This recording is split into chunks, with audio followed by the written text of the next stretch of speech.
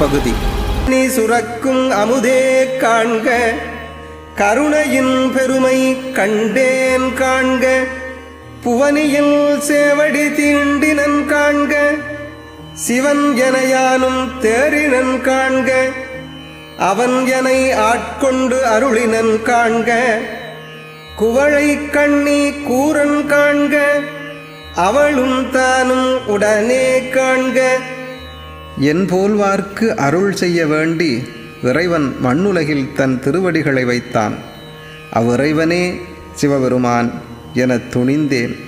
என்னை தன் அடியவனாக அவன் ஆட்கொண்டான்.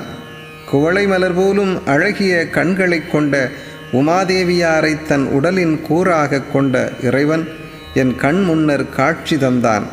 உமை அம்மையும் சிவப்பரம்பொருளும் சேர்ந்த மாதொரு பாகன் கோலத்தை இப்போதே என் கண்கள் காண்பதாக.